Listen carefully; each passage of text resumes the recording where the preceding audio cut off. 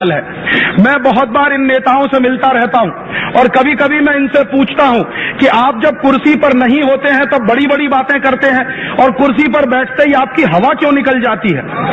आप ये उल्टे काम करना क्यों शुरू करते हैं? तो अक्सर ये नेता आप मुझको क्या जवाब देते हैं? वो कहते, राजीव भाई आप तो जानते ही हैं कि पुरानी सरकारों ने बहुत सारे समझौते कर रखे हैं।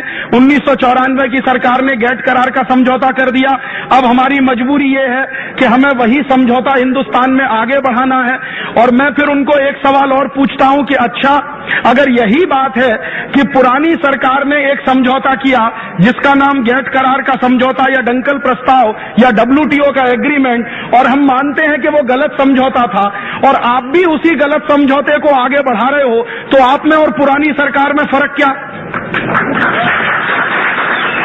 क्या हम आपको इसलिए लेकर आए थे वोट देकर कि आप भी वही गलती करना जो पुरानी सरकार कर रही थी? पुरानी सरकार ने अगर हिंदुस्तान को खड्डे में फेंका तो आप उसको खड्डे से निकाल के खाई में फेंकना चाहते हो?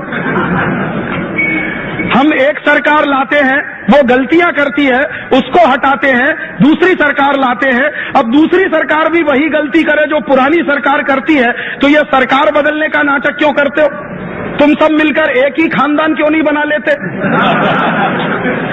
हिंदुस्तान के लोगों को क्यों बेवकूफ बनाते हो कि हम अलग खानदान के हैं, हम अलग खानदान के हैं, हमारा चुनाव चिन्ह हाथ का पंजा, हमारा चुनाव चिन्ह कमल का फूल, ये सब एक कर दो। जब पुरानी सरकार की नीतियों को ही तुम्हें चलाना है और नई सरकार कोई नई नीति बनाना ही नहीं चाहती, तो हम तो मानते हैं कि जनता के लिए तो ये सब खानदान एक ही है, इसमें कोई फर्क नहीं है।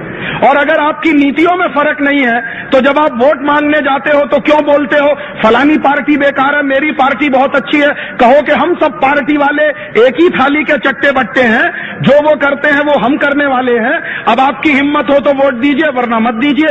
और अगर इस ईमानदारी से वोट मांगोगे तो मैं गारंटी से कह सकता हूं कि अभी तक तो हिंदुस्तान की 50% जनता ही वोट देने जाती है, फिर शायद 5% जनता भी वोट देने नहीं जाएगी। लेकिन ये ऐसा नहीं करते।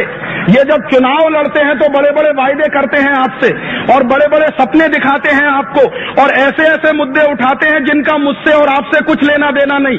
पिछला चुनाव हुआ उसमें मुद्दा उठाया स्थिरता का, पिछला चुनाव हुआ उसमें मुद्दा उठाया गुड गवर्नेंस का। अब मेरे लिए गुड गवर्नेंस का मतलब क्या? मेरे लिए गुड गवर्नेंस का मतलब यह है कि पुरानी सरकार की हुई गलतियों को नई सरकार नहीं करेगी, वही मेरे लिए गुड गवर्नेंस है।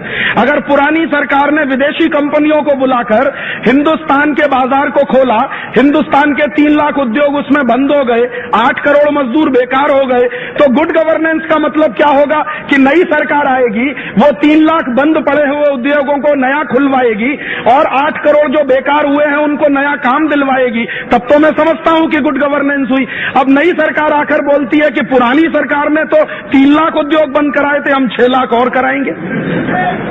तो यह गुड गवर्नेंस हुआ कि बैड गवर्नेंस हुआ? और मुझे तो यही समझ में नहीं आता कि वो 13 महीने सरकार चली और गिर गई तो दुनिया भर में स्थिरता का नारा लगा दिया।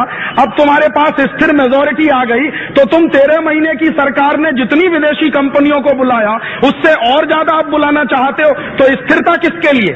जनता के लिए कि तुम्हारी कुर्सी के लिए? तो स्थिरता का नारा या गुड गवर्नेंस का नारा जनता के लिए नहीं है। स्थिरता का नारा और गुड गवर्नेंस का नारा उनकी अपनी जो कुरीतियां हैं, जो उन्होंने गलत नीतियां बना रखी हैं, उन्हीं को लगातार आगे बढ़ाने के लिए है। इसका अर्थ बिल्कुल साफ है। इसका अर्थ ये साफ है कि अब हिंदुस्तान की 2 राजनीतिक पार्टियों से तो आप कोई उम्मीद नहीं कर सकते कि वो इस राष्ट्र के हित में कुछ करेंगे। उन्होंने तो गठजोड़ कर लिया है और गठजोड़ ऐसे विचित्र तरीके से किया है कि अभी थोड़े दिन पहले फिक्की का एक सम्मेलन हुआ था दिल्ली में। उस सम्मेलन में हमारे माननीय प्रधानमंत्री गए और भाषण देकर आए कि मैं उदारीकरण की गति को और तेज करने वाला हूं।